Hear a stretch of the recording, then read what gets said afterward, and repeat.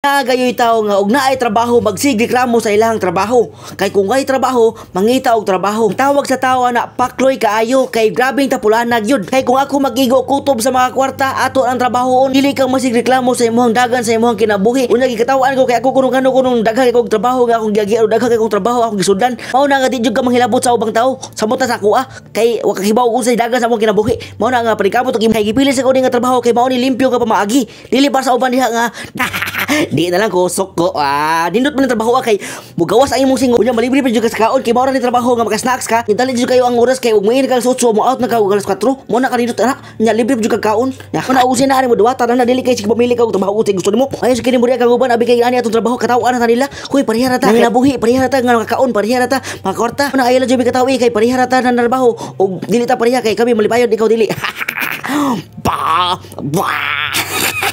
Soko, mo na nga kung bakit mo kasi magkinabuhi ayos paghilapot mo. Pag mo comment ka kung sa trabaho nimo para malipay ta nimo. Bye-bye.